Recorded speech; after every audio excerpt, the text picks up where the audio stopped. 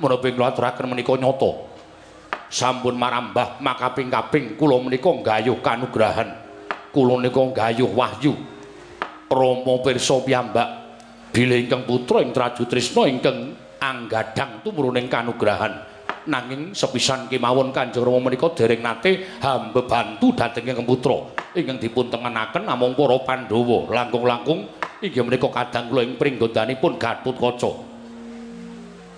Menapa Kanjeng Rama tasih kemutan duk nalika kula rebat wahyu prawiraning rat cetha bilih menika ingkang gayuh Nalindra kalih, Nalindra Pringgondani lan Nalindra Traju Trisna. Lan sedaya sampun kuninga bilih Ratu Traju Trisna menika putra panjenengan piyambak. Namung emanipun Kanjeng Rama mboten belani dhateng kula. Nanging dipun belani pun Gatotkaca. Nuwun sewu. Mboten nama kula menika badhe ngobak-obak dhateng katentremaning negaring Ndrawati, tuwin penggalih paduka mboten. Namung menapa kula aturaken menika saknyata mawi dasar-dasar kasunyatan lan mugi dadosa penggalihipun paduka Kanjeng Rama. Menika sampun marambah makaping-kaping langkung-langkung nalika Kanjeng Rama mutusi perkawis Bumi Tunggarana. Sinten ingkang nandhang kewirangan? Ingkang nandhang wirang ingkang putra pun Setija. Nalika semanten Kanjeng Rama bebantu dhateng para Pandhawa. Menapa boten ateges panjenengan Kanjeng Rama menika sampun wungsal wangsul ngorek-orek dhateng ingkang putra piyambak pun Setija Buma Narakasura. Mila babagan perkawis menika kula menika namung nyuwun pengadilan. Kula menika namung nyuwun sepados Kanjeng Rama menika madheg jejeg minangka dados tiyang sepuh ingkang saged dipun pundi-pundi ingkang saged dipun sembah. Dinten sak mangke anggen kula nyuntak dhateng kegembolaning raos kula menika kula jumbuhaken kaliyan menapa ing badhe kula gayuh. Kula nampi sasmitaning Jawata bilih rikelenggan sak mangke dewa badhe matedhakaken inggih menika Wahyu Senopati. Kula sampun sowan Kanjeng Hyang Nagaraja. Dawuhipun Kanjeng Hyang kula kedah matur dhateng ngersa paduka Kanjeng Rama. Sak gedhagan menika menawi Kanjeng Rama tasih ngawrataken dhateng para Pandhawa. Menawi Kanjeng Rama tasih ngawrataken dhateng lancur-lancur Pandhawa, sampun boten wonten ginanipun pendak dinten kula asok bulu bekti glondhong pengareng-areng lan sampun boten wonten ginanipun Setija menika ngaosi dhateng pepodo paduka Kanjeng Rama. Puluh boten wonten gunane kula sowan wonten Negari Ndrawati nek nyatane anggen kula deku-deku menika botenipun anggep dening jengandika Kanjeng Rama Prabing Ndrawati. Menawi jengandika boten saged asung sak biyantu dhateng putra pun Setija anggenipun gayuh Wahyu Senopati. Supados sak mangke badhe kula lokaken wonten ing jagat Ratu Ndrawati madeg dhewe, Traju Trisna madeg dhewe, ora ana tancepe bapak karo anak.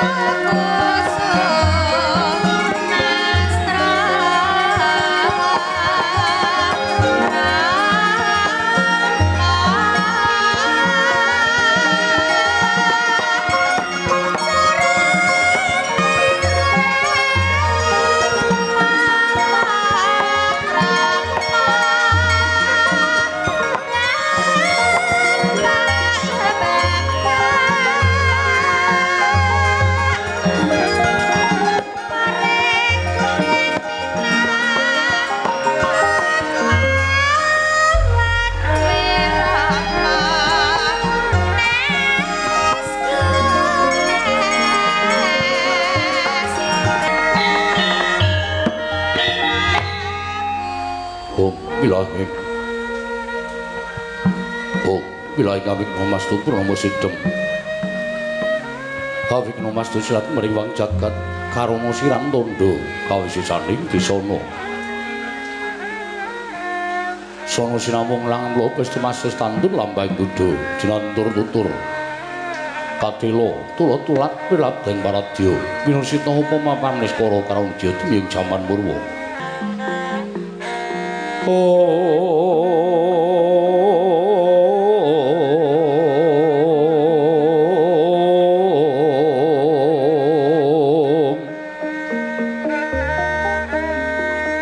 Sop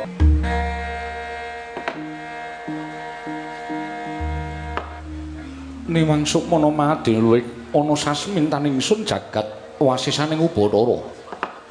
Kakang Patih Udawa ayo ndadekake kaget sira Kakang Patih Udawa ingsun wiji mangarsana ana ing ngarsaning ingsun.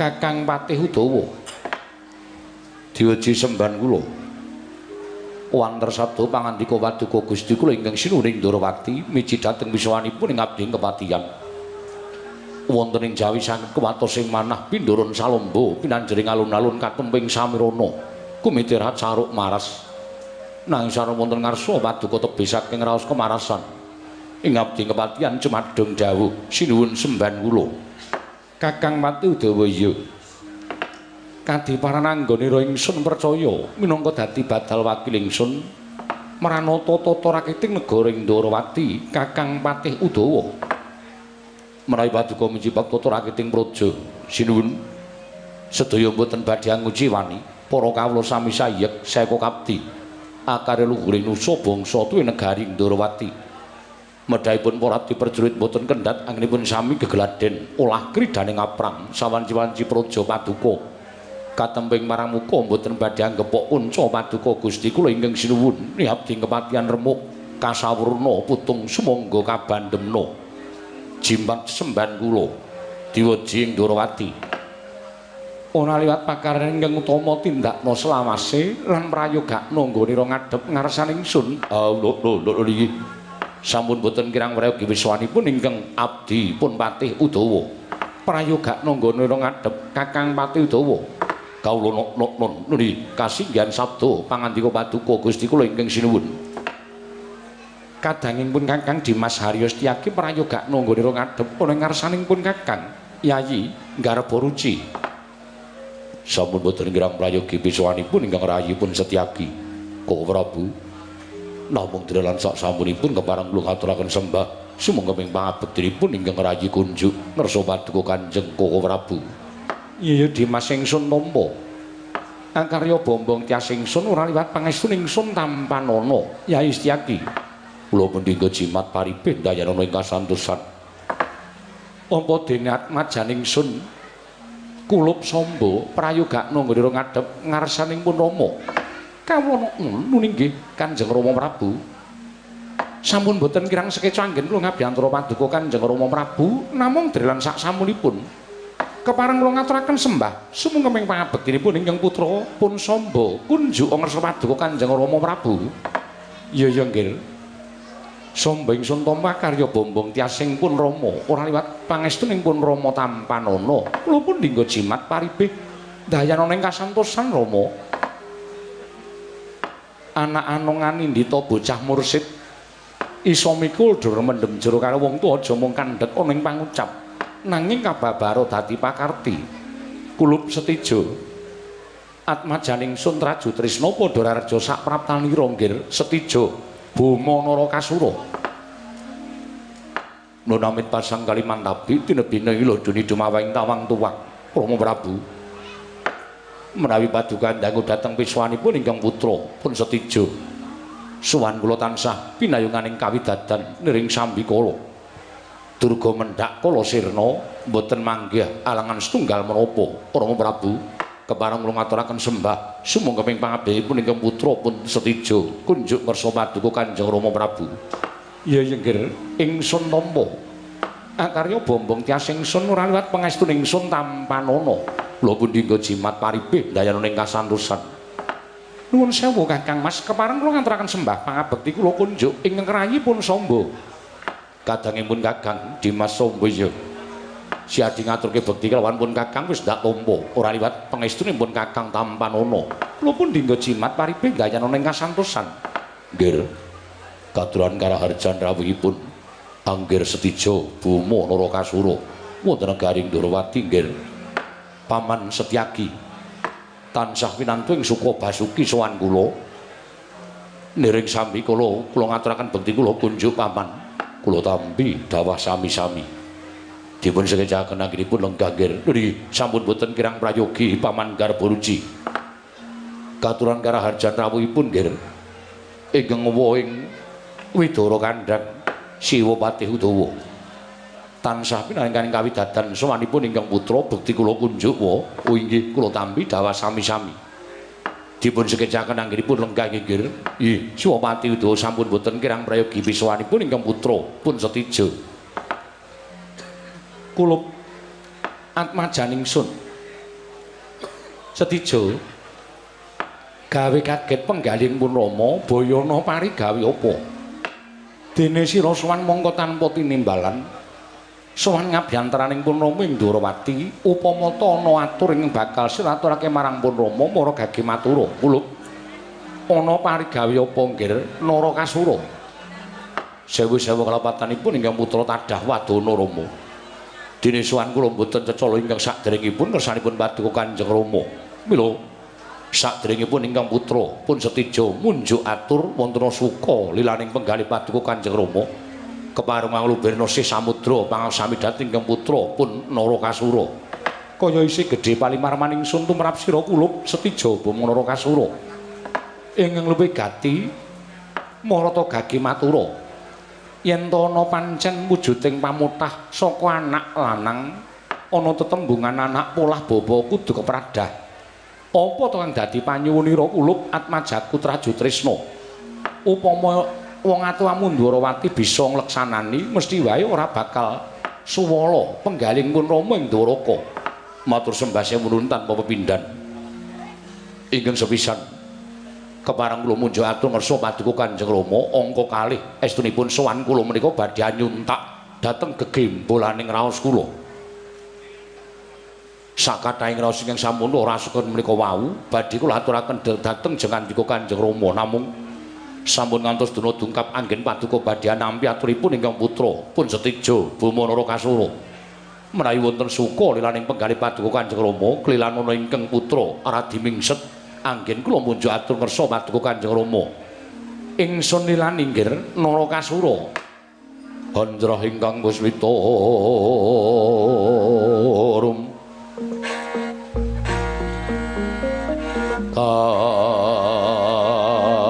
kasiliring samirana mrih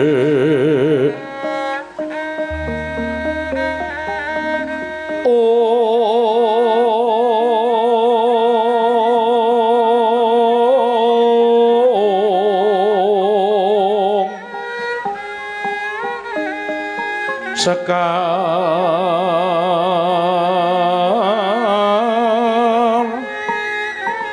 katung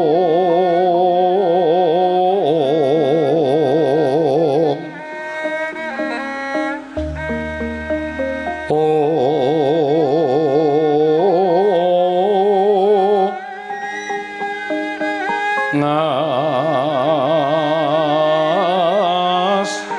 gandanya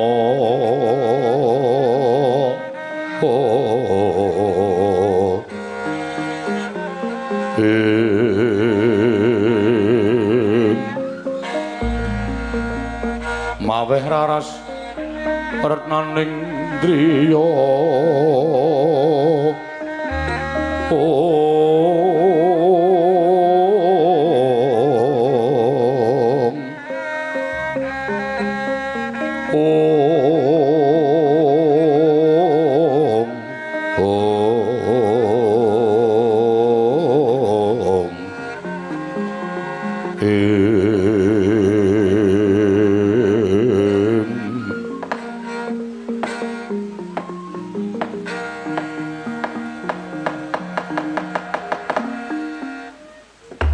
sewu-sewu kalepatanipun ingkang putra Tadah Wadana. Nadyan estunipun kula menika ajrih kaliyan wisesaning Nalindra ing Dwarawati ingkang inggih menika tiyang sepuh kula piyambak. Nanging menawi kula ampet wonten saklebeting dodo dangu sangsaning dagu badhe ambaledak tartemtu namung badhe damel cintrakanipun ingkang putra piyambak. Setijo kula wonten paring adhawuh. Semune rada wigati ngono bakal munjuk atur marata gage pun Rama nedya midhangetake. Rama. Nyuwun pangapunten sewu-sewu kalepatan nyuwun duging samudra pangaksami. Ingkang sepisan jagat menika sampun dados paseksen.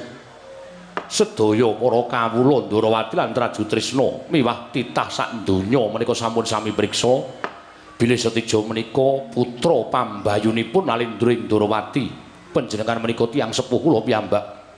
Panjenengan menika sudarma kula ing wajib kula aosi, ing wajib kula bekteni. Namung mugi andadosna ing kawuningan estunipun raos menika sampun dangu kula raosaken. Ingkang saknyatanipun nadyan kula menika sampun dipun kondhangaken putra ing Ndrawati nanging pangraos kula jebul sak mangke raosipun ingkang putra ing Traju Trisna nadyan kula menika anak Ratu Ndrawati ning rasa kula kok kaya dikualonake. Raos kula menika kados dipun kiwakaken dening Kanjeng Rama menapa ta sababipun kula matur ing kados mekaten.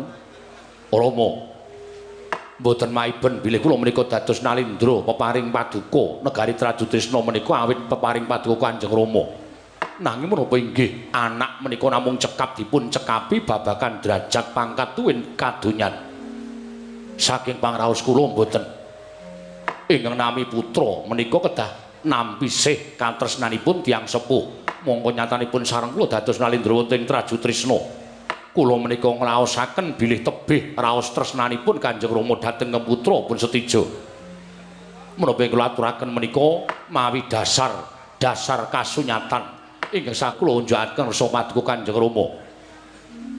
Dasarmu apa kula sira matur kaya mengkono? Nggih, dasar kula Kanjeng Rama menika menawi metang babagan kewajiban lan kulawarga nyuwun pangapunten. Estunipun kekalih menika kedah sak traju, sak tundha, sak bilik-bilik tegesipun kedah adil samukawisipun kewajiban ugi kedah dipun lampahi nanging kulawarga ugi kedah dipun gatosaken menika ingkang nami adil nanging tumrap kula menapa ingkang tindakan Kanjeng Rama menika nyata boten adil. Liripun kula matur kados mekaten kulawarga dipun kiwakaken nanging kewajiban panjenengan tengenaken. Menapa to sababipun kula matur kados mekaten Kanjeng Rama menika menawi kaliyan pepundhen kula para Pandhawa paman-paman kula para Pandhawa mandhapipun kaliyan lancur Pandhawa menika tresnanipun ngungkuli dhateng kulawarga piyambak.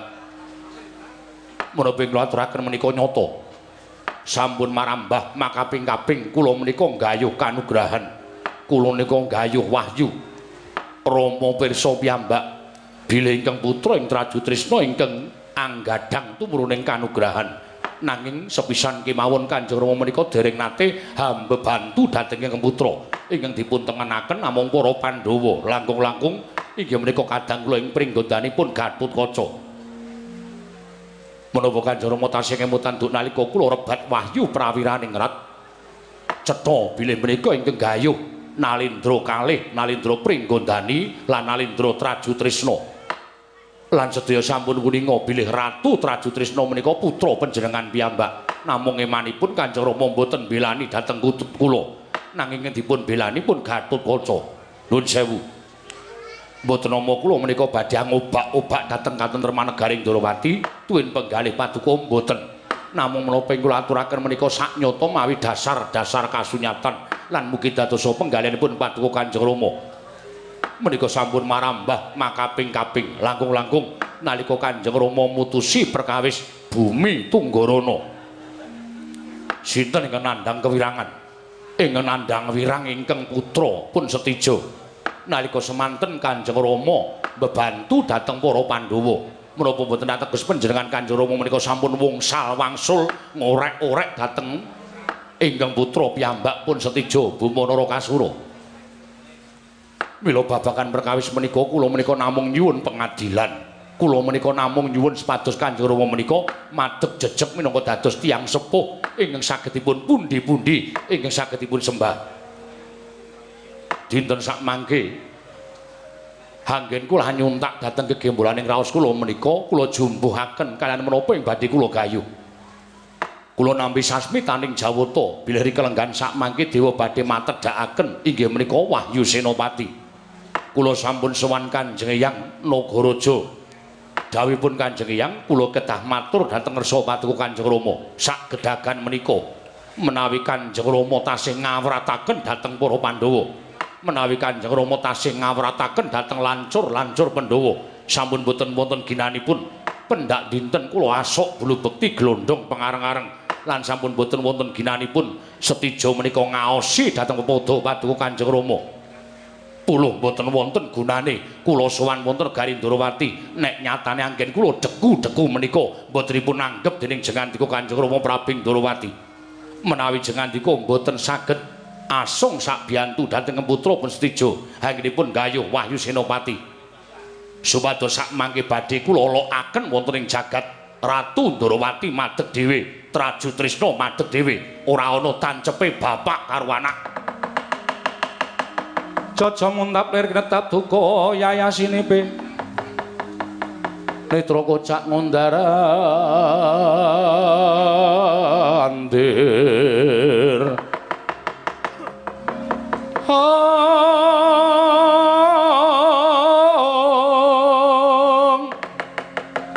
hidup nyomangolon Caka wadananira mbaraneng kaya kembang murawari sinabet mrang segetheng bel medal tahanane ing nggih nuwun sewu. Sareng kula midhang ketaturipun hanggir sedija sajaipun jengandika nglepataken dhateng Ingkang Rama. Nuwun sewu nggih. Ingkang Rama menika nalindring Ndrawati mongko menika nedheng wonten ing pasewakan. Sineba sanggaring para kawula semanten kathahipun mbok inggih menawi wonten perkawis kula warga dipun rembag madaning kedatun pepanggihan catur netra. Menika sami kemawon jengandika angger sedija menika memirang dhateng Kanjeng Rama inggih menika Koko Prabing Ndrawati. Tur malih menapa ing jengandika ngendikaken menika leres tumrap panjenengan nanging boten leres tumrap bebrayan tuwin boten leres tumrap Ingkang Rama ing Ndrawati. Paman nuwun sewu. Kula boten rembakan dhateng jengandika paman. Sowan kula menika sowan dhateng tiyang sepuh kula. Sampeyan boten sah melu-melu perkara niki. Niki perkarane anak karo bapak. Yen pancen bapakne wis ora mituruti kekarepane anek, ganane apa kula ngabekti karo wong tuwa. Menawi ngaten jengandika tegesipun badhe wantun dhateng tiyang sepuh. Nek wong tuane wis ora ngerti karo anak, gunane apa tak ngabekteni, gunane apa tak aosi. Yen perlu setija wis dadi ratu ning Traju Trisna. Aku ora wedi karo sapa-sapa, nggih. Rawuhipun angger sedija menika ateges namung badhe damel geger kawontenan negaring Ndrawati. Monggo nyatanipun sencaki menika sinambiran pakaryan minangka dados senopati. Nek pancen ngarep bebudhek banyu bening kahanan negoring Ndrawati. Mungsuhe dudu Ratu Ndrawati nanging mungsuhe Senopati Ndrawati. Kula wis wani tekan kene ora wedi karo sapa-sapa. Sapa sing palangi karepe Naraka Kasura ya setija. Rawe-rawe badhe kula rantas malam-malam badhe kula putung. Lah ngaten boten wonten iki papanipun tiyang neter katigdayan. Kula cobi wonten Jawi. Monggo kula dherekaken Setyaki.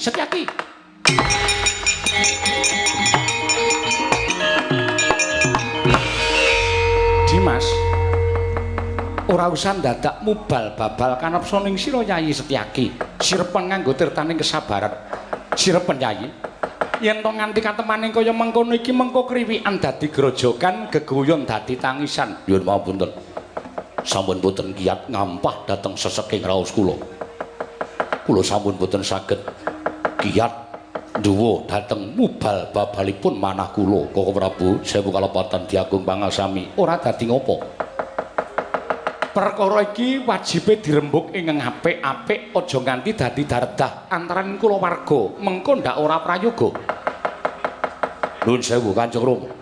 Dinten samangke kula nyuwun keterangan ingkang gumathuk lajeng kados pundi anggen paduka nggadahi kesagahan. Duwen anggen paduka badhe paring dawuh sagah lan botenipun bantu anggen kula gayuh wujuding Wahyu Senopati. Koko Prabu Setyaki piye?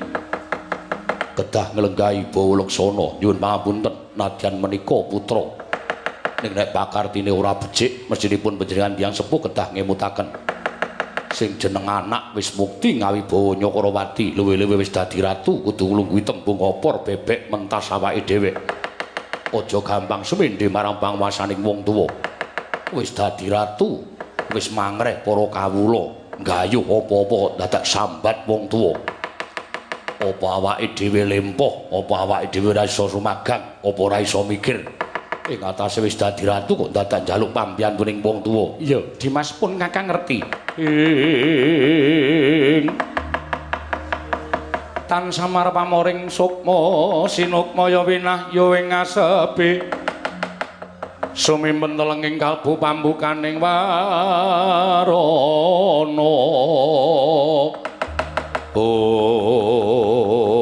dedreg madyaning pasiwakan negari Ndrawati nalika semanten dintrem sadaya para nayaka tumungkul ing kisma jerih kelawan wisisaning nata ing Dwaraka midhanget aturipun Alendra ing Traju Trisna Prabu Setija Bama Narakasura nalika semanten dadya kodheng sutaning galih nata ing Ndrawati kedadak geger jaba apa to kang dadi darunane ora ana macan krangke Gajah Medha saka wantilan kejawi namung utusan saking negari Ngamarta nenggih putra ing Jodipati satra ing Jangkar Bumi Raden Hanantarja ingkang ngrepeh pindha sata metarangan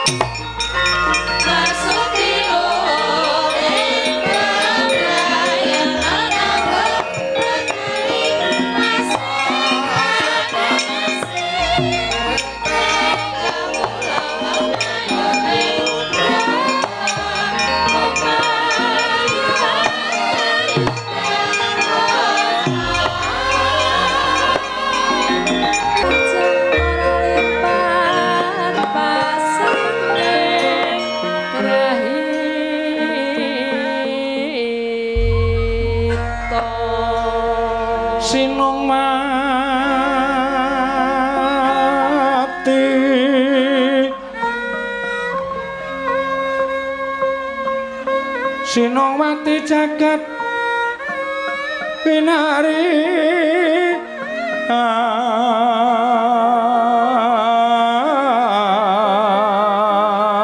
among mbak lumembak ombak ing samudra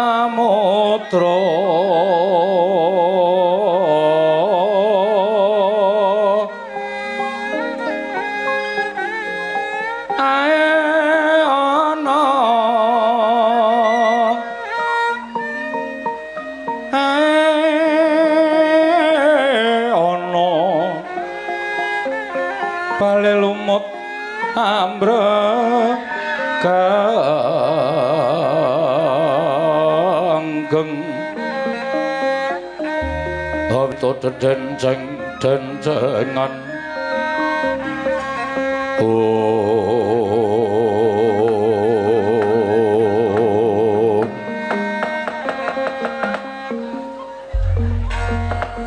Niwang Sukmana madi luwih ana sasmintaning sun jagat wasisaning Ubatara ora pangling iki kaya sawaniat majaning sun Jangkar Bumi Antarja ngger bocah bagus padha kanthi harja sapraptanira kulup naga Bagindo. Nunamit pasang kaliman tapi tinebine iki lho dene dumawahing tawang tuwang. Kanjeng Prabu ingkang putra sowan kepareng kula ngaturaken sembah sumengkeping pangabekti kula kunjuk sandha pepodo paduka Kanjeng Prabu Ndrawati. Ya kula ingsun tampa karya bombong tias ingsun ora liwat pangestu ingsun tampanana lha pundika jimat paribeh dayana ing kasantosan. Kadangipun Kakang Dimas Antarja padha raja samraptamu Yayi. Nggih Kakang Mas. Kakang Mas Ombo tansah pinanggan kawidadan sowanipun ingkang rayi kula ngaturaken sembah pangabekti kula kunjuk Kakang Mas. Iya Yayi ndak tampa pangestunipun Kakang Tampanana. Kula pundika jimat paribeh dayanana ing kasantosan. Nggih. Katuran karaharjan rawuhipun Anggir Antarja. Paman Setyaki pinantu ing Suka Basuki sowan kula. Kepareng kula ngaturaken sembah pangabekti kula kunjuk dipun sekecaken anggenipun lenggah.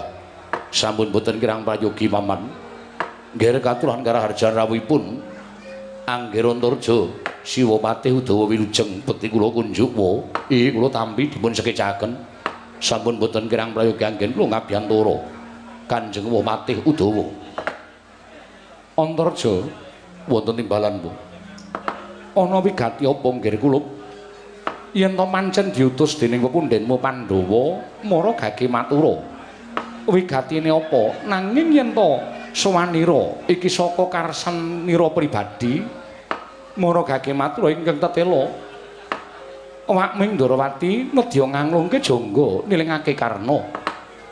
Sampun dipun parengaken munjo atur wa. Iya wis ndak keparengake nggih. Nggih, matur sembah nuwun. Ingkang sepisan ngaturaken sembah pangabekti ndungkap angka kalih. Sowan kula menika wale-wale menapa mboten saking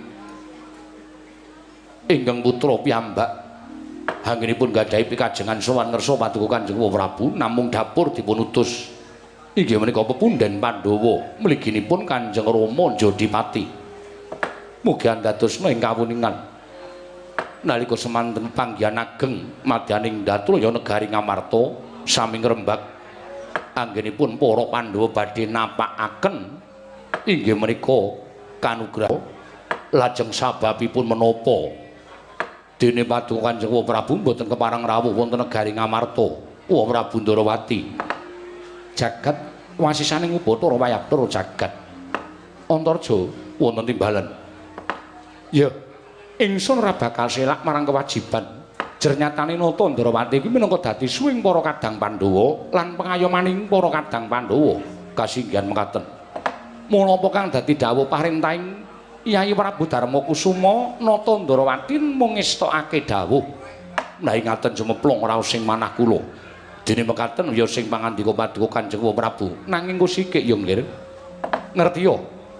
Lamun sejatine negara Ndrawati nedheng nandhang reribet ribeting para kawula mongko sira wis ngerti lamun nata Ndrawati iki minangka dadi nalindra ing Dwaraka mula abang biruning kahanan praja Ndrawati amis baji ning negara ing Dwaraka kuwi dadi tanggung jawabe nata ing Ndrawati mula kang sangka kuwi budaling awakmu ing Ndrawati ora bisa bareng sak lakumu mengko sawise aku bisa maranata tentrem negara ing Ndrawati aku bakal sumusul prapta ning praja Ngamarta waduh lajeng pinten dinten pinten candra laminipun anggen kula ngarantu dhateng rawuh jengandika Kanjeng Prabu kaselak kula nampi dukanipun Kanjeng Rama Jodipati miwah Kanjeng Prabu Ngamarta seti Antarja wonten timbalan dina samengko ora nganti sak candra ya mung ana hitungane nggone ingsun bakal ngrampunge pakaryan Ndrawati monggo yen wis rampung pakaryan praja Ndrawati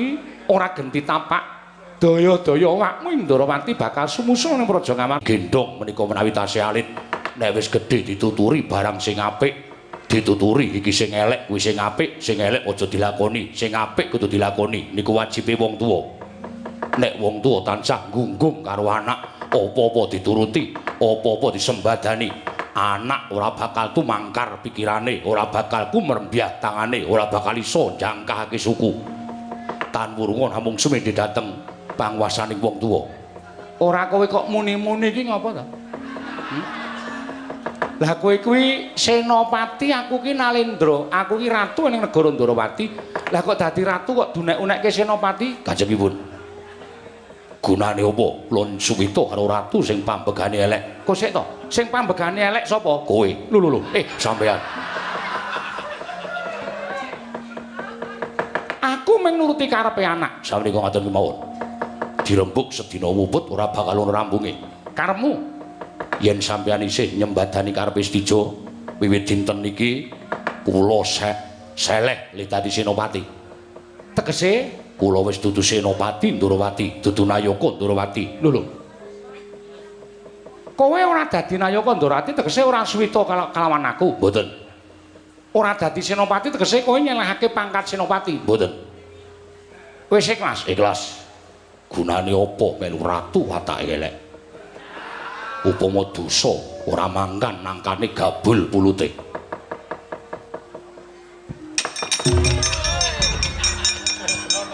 Udawa ngopo kok namung pindah nggen. Namung pindah nggen kok nyampari gelas lho. Iki kajengipun nyatanipun kula kepengin pindah nggen. Napa sing ngendikake Kyai Mas Tyaki menika tumrap kula leres sanget. Mila dinten samangke mboten namung setunggal nayaka sing ora cocok karo pambekaning Ratu Ndarawati. Nadane ingkang abdipun Udawa nek pancen sampeyan sinuwun ngringsang ingkang putra Raden Setijo. Kula nggih mboten ajeng dados patih Ndarawati. Lha dalah iki kok malah do metu iki piye ta iki? Setyaki moh dadi senopati, Udawa moh dadi patih. Ya wis, apa mbok kira Ratu Ndarawati mung gumantung karo kowe? Ngono apa piye? Ratu Ndarawati iso madeg jejeg tanpa Setyaki, tanpa patih Udawa. Nek pancen kowe do ora gelem dadi senopati, ora gelem dadi patih, ora apa-apa. Ayo kene. Pangkat senopati tak suwun, pangkat patih tak suwun. Monggo kula aturaken tangan kula kalih. Monggo kula aturaken tangan kula kalih. Semangkean. Padake dumeh aku njuntra dadi patih ora iso mangan. Udawa wong gaweanmu ki ming patih kok patih tok wenehke aku ki kowe arep nyambut gawe apa? Ha sakarepku. Sampeyan kok ngurusi kula. Kula tesih duwe kibot siji. Arep nggawa pepete ngedeke pos rondo.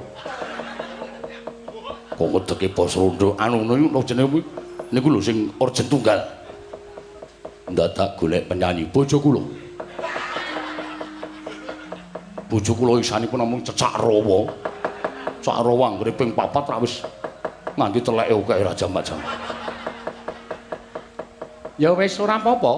Wis nek ngono tetep nata Ndarawati ora duwe Setyaki, ora duwe Udawa. Dipun sekseni jagat sayenipun. Kula mboten ajeng dados nayaka Ndarawati. Pun ngaten mawon. Dipun sekseni jagat sayenipun kula mboten dados patih Ndarawati. Ya tak tampa ora dadi ngopo. Ning aku njaluk dina iki aku bakal kondur ngedaton. Budalna kang padha seba, kajenge budal piyambak-piyambak. Lho kok kajenge budal piyambak-piyambak? Kula niki wis dudu patih. Sampeyan wis ora duwe wenang mangreh kula dawuh kalian kula. Wong wis dudu apa-apa kok dawuh, bener. Kudu apa-apane kok pun dawuhi. Samba, kula wonten maring dawuh. Budalna kang padha seba, lho nggih ngestaken dawuh. Pengen dijotosi ya budalna. Pengen tutuki ya budalna. Wong pangapunten Rama, mboten sagah. Lah piye kok ora sago? Menika Maman Setyaki mandeng kula terus Rama. Wong bocah ora ngerti apa-apa kok ya diancam. Kajenge. Sapa sing kewangi nata Ndarawati tetep tak ancam. Oh lah kok wis kaya ngono ya wis sakarepmu, sakarepmu. Sakarepmu Setyaki. Ning apa ya tumon ing ngatasé kowe iki ora dadi nayaka Ndarawati kok isih mbegogok ning ngene iki, kowe ngenteni apa? Ora ngenteni apa-apa, nyuwun pamit.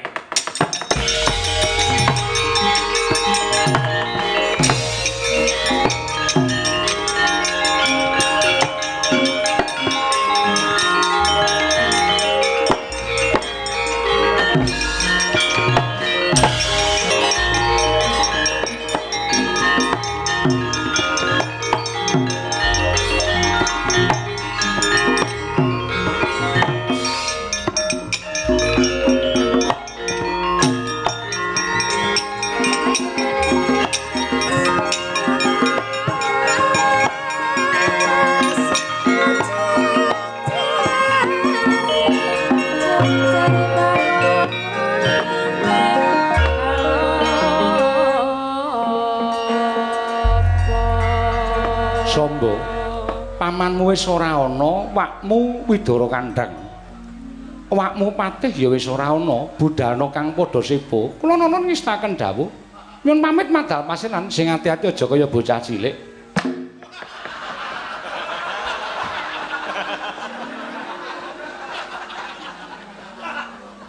Menapa pendhapi menika reget nggih Rama? Lah ngapa to? Kok wonten krikil ingkang tekan mestakanipun ingkang putra? Mbok menawa kuwi mung saka gempaling pendhapa iki ingkang wis rada tuwa. Oh ngaten. Iya. Budana kang padha sebo. Ingsun kundur ngedaton. Kula nuwun istakan dawuh nyuwun pamit madal pasiran sing ati-ati aja kaya bocah cilik.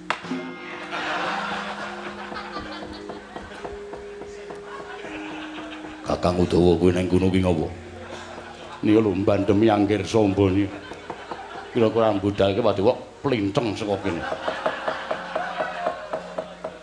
Yen mampunten Rama, menika kok saking manginten kula pokal damelipun Siwa Patih Udawa.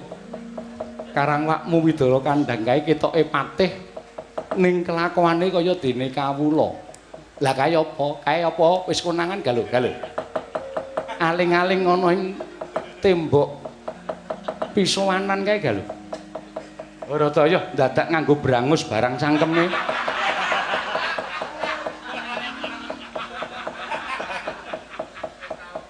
Ya wis, aja kuwi. Nggih, kula ajri Rama. Ya wis, Mban. Lho wonten dawuh. Maju kene. Lho niki ngestakaken dawuh.